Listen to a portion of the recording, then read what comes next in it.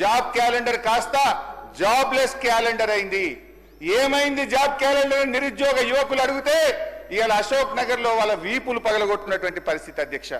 ఇగో ఇది అధ్యక్ష, నేను ఎక్కడ కూడా తప్పు మాట్లాడాను, ఆధారం లేకుండా మాట్లాడాను. ఇది భట్టి గారు అసెంబ్లీలో ప్రవేశపెట్టిన జాబ్ క్యాలెండర్. ఆ రోజు దీని మీద చర్చించాలని నేను ఇక్కడి నుంచి లేచి ఎంత మొత్తుకున్నా భట్టి గారు కుర్చీలో నుంచి లేచి లోపలికి వెళ్ళిపోయినరు. ఈ జాబ్ క్యాలెండర్ మీద ఆ రోజు చర్చ జరగలేదు. ఈ జాబ్ క్యాలెండర్ లో ఏముంది అధ్యక్ష? ఒక్కటన్నా అమలైందా? జాబ్ క్యాలెండర్ జాబ్లెస్ క్యాలెండర్ అయింది అధ్యక్ష. ఈ జాబ్ క్యాలెండర్ లో అక్టోబర్ 2024 గ్రూప్ 1 నోటిఫికేషన్ ఇస్తామని చెప్పారు. అక్టోబర్ 24 ట్రాన్స్కో జెన్కోలో నోటిఫికేషన్ ఇస్తామని చెప్పారు. అదేవిధంగా గెజిటెడ్ ఆల్ ఇంజనీరింగ్ డిపార్ట్మెంట్స్ లో ఏడబ్ల్యూల నియామకానికి అక్టోబర్ 2024లో నోటిఫికేషన్ ఇస్తామన్నారు. జనవరిలో degree and above level professional services యొక్క గెజిటెడ్ పోస్ట్ నోటిఫికేషన్ ఇస్తామన్నారు. ఫిబ్రవరి 25లో సెకండ్ డిఎస్సి ఇస్తామన్నారు. ఫిబ్రవరి 25లో ఫారెస్ట్ బీట్ ఆఫీసర్ నోటిఫికేషన్ ఇస్తామన్నారు. ఇంకా చాలా ఉన్నాయి. ఒక్క నోటిఫికేషన్ అని ఇచ్చిందా అధ్యక్ష? ఒక్క నోటిఫికేషన్ అని ఇచ్చారా అని నేను అడుగుతా ఉన్నాను అధ్యక్ష.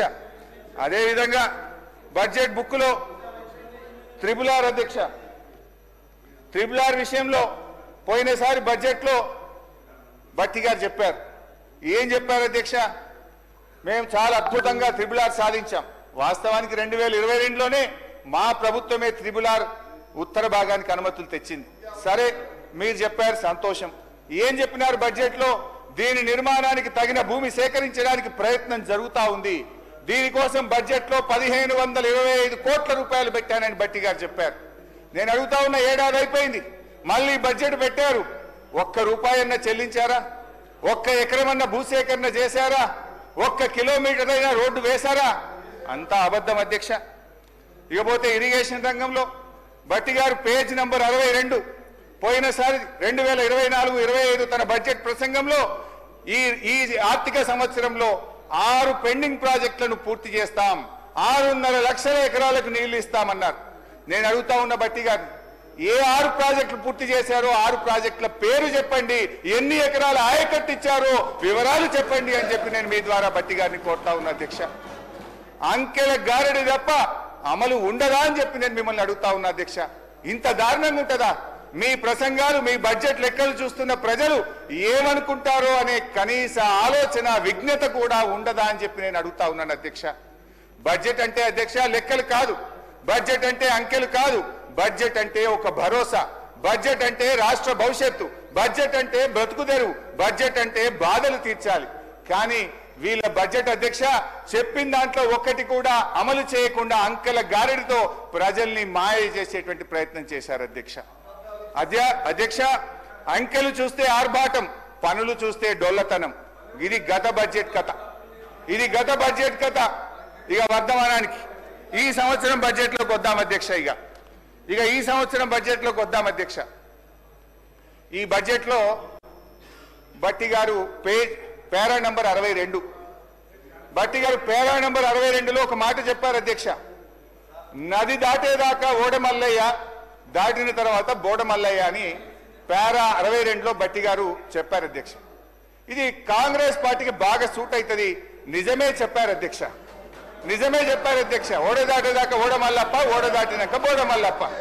ఎందుకంటే అధ్యక్ష, ఎన్నికల ముందు వాగ్దానాల జాతర చేశారు, ఎన్నికలు కాగానే వాటిని పాతర వేశారు. ఇవాళ మహాలక్ష్మి 2500 మోసం, 4000 రూపాయల పెన్షన్, రైతు భరోసా, రుణమాఫీ, తులం బంగారం, నిరుద్యోగ భృతి, ఏడాదిలో 2 లక్షల ఉద్యోగాలు, ఉద్యోగులకు PRC 4 DAలు, ఆటో డ్రైవర్లకు 12,000, అన్ని పంటలకు బోనస్, ప్రభుత్వంలో RTC విలీనం, 5 లక్షల విద్యార్థి భరోసా కార్డు. భట్టి గారు ఇప్పుడు చెప్పండి, బోడమల్లయ్య ముచ్చట ఎవరికి వర్తిస్తుందో ఒకసారి చెప్పాలని చెప్పి నేను భట్టి గారిని కోరుతా ఉన్నా అధ్యక్ష. ప్రస్తుత బడ్జెట్ పై కూర్చోండి బై సార్ ప్లీజ్. నేను మాట్లాడినాక ఉప ముఖ్యమంత్రి గారు మాట్లాడతారు. ఎన్నికల ముందు ఒక ప్రముఖ టీవీ ఛానల్ ఇంటర్వ్యూలో భట్టి గారు ఒక జర్నలిస్ట్, రాష్ట్ర ఆదాయానికి మీరు చేస్తున్న వాగ్దానాలకు మధ్య తీవ్ర అంతరం ఉంది, ఎలా అమలు చేస్తారని అడిగారు అధ్యక్ష. భట్టి గారు జవాబిస్తూ, మా కాంగ్రెస్ పార్టీకి 100 సంవత్సరాల అనుభవం ఉంది, ఆదాయం ఎలా పెంచుకోవాలో మాకు బాగా తెలుసు, మా వ్యూహాలు మాకున్నాయి, ఆదాయాన్ని పెంచుతాం, హామీలన్నీ నెరవేరుస్తామని చాలా కాన్ఫిడెంట్ గా ఆ రోజు ఎన్నికల ముందు భట్టి గారు చెప్పారు. ఎన్నికల ముందు చెప్పారు, ప్రజల్ని నమ్మించే ప్రయత్నం చేశారు అధ్యక్ష. అయితే ఈ 15 నెలల ఆచరణలో ఏం జరిగిందో, ఏం ఒరిగిందో మనతో పాటు రాష్ట్ర ప్రజలందరికీ తెలుసు. వాస్తవిక బడ్జెట్ అంటూ డాంబికంగా ప్రవేశపెట్టిన గత బడ్జెట్ ఏమైందో చూశాం.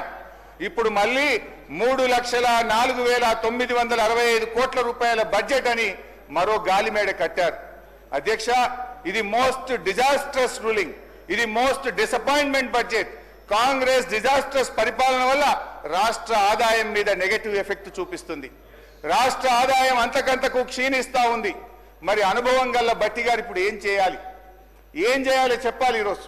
ఎందుకంటే అయితే తమ యొక్క పరిపాలనా వైఫల్యాలను సరి చేసుకోవాలి, లేదంటే రేవంత్ రెడ్డి గారి ఫార్ములా ప్రకారం ప్రభుత్వ భూములు అమ్మాలి. యనుమల వారి పాలనలో మరి ఎన్ని భూములు కథం పట్టిస్తారో తెలియదు అధ్యక్ష. ఎందుకంటే అధ్యక్ష, గచ్చిబౌలిలో 400 ఎకరాలను వేలం చేయడం ద్వారా 30,000 కోట్లు రాబట్టాలని నిర్ణయించారు. ఇప్పటికే టీజీఏసీ భూములు తాకట్టు పెట్టి 10,000 కోట్ల రూపాయలు అప్పు తెచ్చారు. ఇప్పుడేమో హెచ్ఎండిఏ ఆస్తులు తాకట్టు పెట్టి మరో 20,000 కోట్ల అప్పు తెస్తామని మొన్ననే అసెంబ్లీలో సమాధానం చెప్పారు. హెచ్ఎండబ్ల్యూఎస్ఎస్ జిహెచ్ఎంసీ ఆస్తులు తాకట్టు పెట్టి మరో 20,000 కోట్లు అప్పు తెచ్చే ప్రయత్నం చేస్తున్నారు. హౌసింగ్ బోర్డు భూములు అమ్మకం ఇప్పటికే షురువైపోయింది. నాడేమో ప్రభుత్వ భూములు పెద్దలు ఇచ్చిన ఆస్తని, జాతి సంపదని, చచ్చిపోతే బొందబెట్టడానికి జాగుండదని రేవంత్ రెడ్డి గారు చాలా గొప్పగా సుభాషితాలు చెప్పారు. ఇవాళనేమో అధికారంలో రాగానే బరాబర్ భూములు అమ్ముతామంటున్నారు, అమ్మకానికి నోటిఫికేషన్లు ఇవ్వడం షురువైపోయింది. అధ్యక్ష, అమ్మొద్దని ఆక్షేపించిన నోటితోనే ఇవాళ భూములను అర్రాస్ పాట పాడుతా ఉన్నారు అధ్యక్ష. దీన్ని వాటన్ తీరు మాట్లాడే దిగజారుడు రాజకీయం అంటారు అధ్యక్ష. మొత్తంగా 50,000 కోట్ల రూపాయల ఆస్తులు తాకట్టు పెట్టి లేదా ఆస్తులు అమ్మడం ద్వారా భూములను ఆస్తులను 50,000 కోట్లను సమీకరించే ప్రయత్నం చేస్తున్నారు. అంటే ఏంది అధ్యక్ష, అందిన కాడికి అప్పులు చేసుడు, విచ్చలవిడిగా భూములు అమ్ముడు, ఇదేనా మీ మార్కు పాలన అని అడుగుతా ఉన్నా. తన పరిపాలన నెగటివ్ ఎఫెక్ట్ వల్ల రాష్ట్ర ఆర్థిక వృద్ధి రేటు తగ్గిపోతుంది. తన వైఫల్యాన్ని కప్పుపుచ్చుకోవడానికి ఈ మధ్య కొత్త వాదన శురు చేశారు. ఏంటంటే అధ్యక్ష, దేశమంతా ఆర్థిక మాంద్యం ఉందని, అందుకే ఆదాయం తగ్గిందని సెలవిస్తున్నారు. అధ్యక్ష, ఒక నిమిషం వినాలి సార్, మంత్రి గారు వినండి.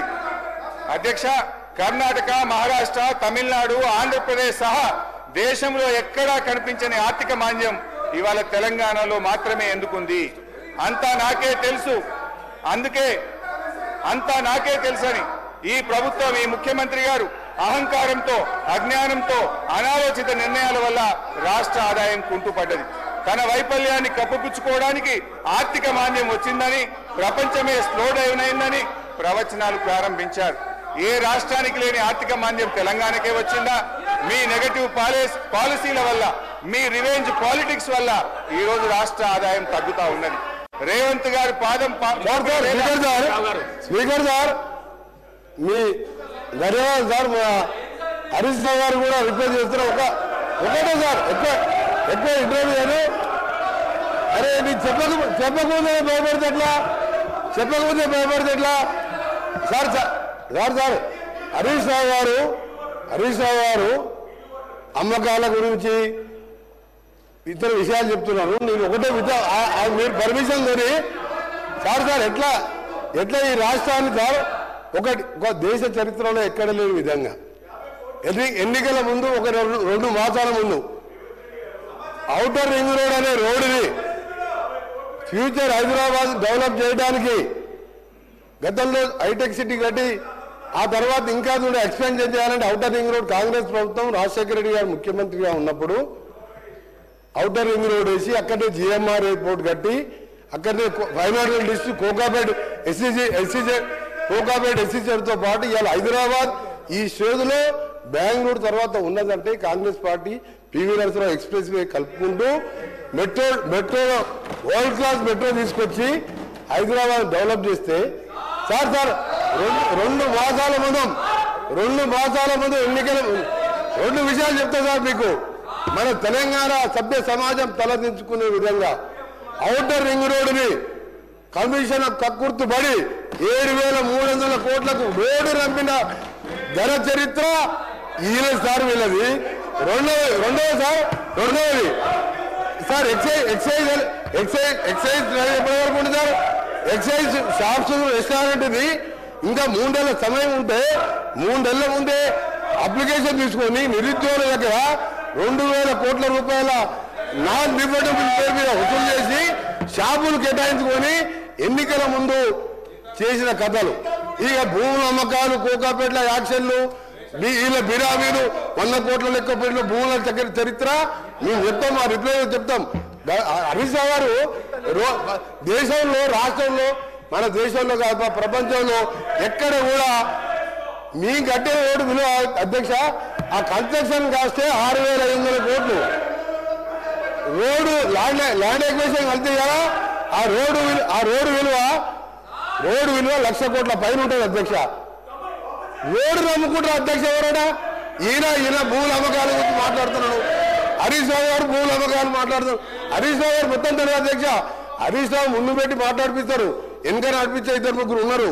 హరీష్ రావు మొత్తం తెలియదు. దయచేసి మీ చరిత్ర తెలుసుకొని మాట్లాడండి. హరీష్ రావు గారు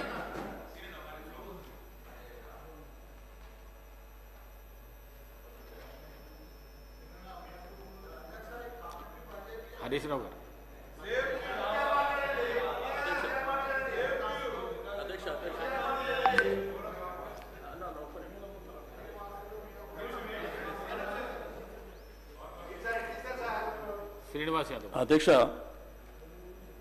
మీకు ధన్యవాదాలు తెలియజేస్తూ, ఇప్పుడు మొన్న 2 డేస్ బ్యాకే 3 రోజుల క్రితమే చెప్పినాం అధ్యక్ష.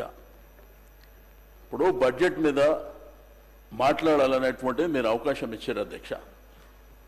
దయచేసి గౌరవ డిప్యూటీ సీఎం గారు, అదేవిధంగా శాసనసభ వ్యవహారాల మంత్రి గారు వారు కూడా ఇక్కడే ఉన్నారు.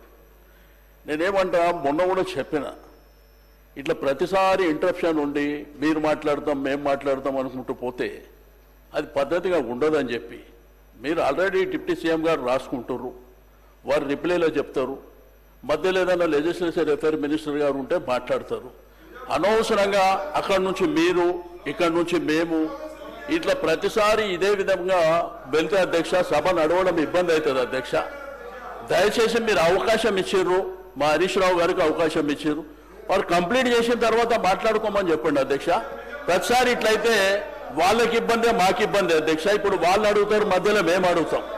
కాబట్టి దయచేసి మీకు రిక్వెస్ట్ చేసేది, దయచేసి మధ్యలో ఎవరికి అవకాశం ఇవ్వకుండా వారు కంప్లీట్ చేసిన తర్వాత మీరు మాట్లాడుకోండి.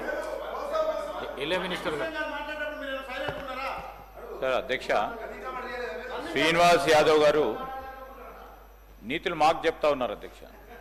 అటువైపు కూడా అందరికి చెప్తే బాగుంటుండే అధ్యక్ష. రెండవది, నేను దయచేసి హరీష్ రావు గారిని కోరుతా ఉన్నాను. Is a senior member, he held legislative affairs ministry, also finance minister. Slogans అనేది సరికాదు అధ్యక్ష. Let him put forward his view points. We are here and honourable deputy chief minister taking the notes. వాస్తవాలకు దగ్గరగా మాట్లాడండి అధ్యక్ష. మా సభ్యులు కూడా ఉన్నారు, మొత్తం యావత్ రాష్ట్ర ప్రజానీకం కూడా వింటా ఉన్నారు.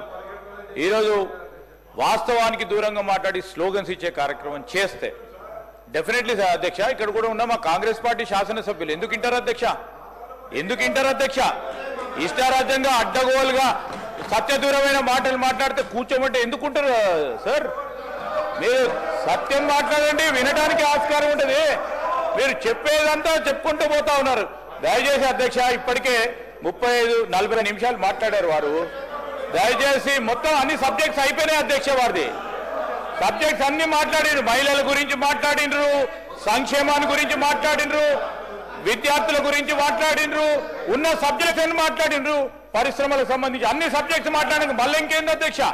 దయచేసి కంక్లూడ్ చేయమని కోరుతా ఉన్నాను అధ్యక్ష. ఏం అన్యాయం శ్రీధర్ అన్న ఇది. అధ్యక్ష శ్రీధర్ బాబు గారిని గౌరవిస్తూ వారి మాటల్ని పాజిటివ్ గానే తీసుకుంటున్నాం అధ్యక్ష. మా ప్రయత్నం ఏదన్నా ఉందంటే ప్రభుత్వం యొక్క దృష్టి ఆకర్షించాలి, గౌరవనీయులు బట్టి విక్రమార్క గారి దృష్టిని ఆకర్షిస్తే ఏదైనా కొత్త పేదలకు, దళితులకు, గిరిజనులకు లాభమవుతుందనే తాపత్రయం తప్ప మిమ్మల్ని ఏదో విమర్శిస్తే మాకేదో వస్తుందనేది ఏం లేదు అధ్యక్ష.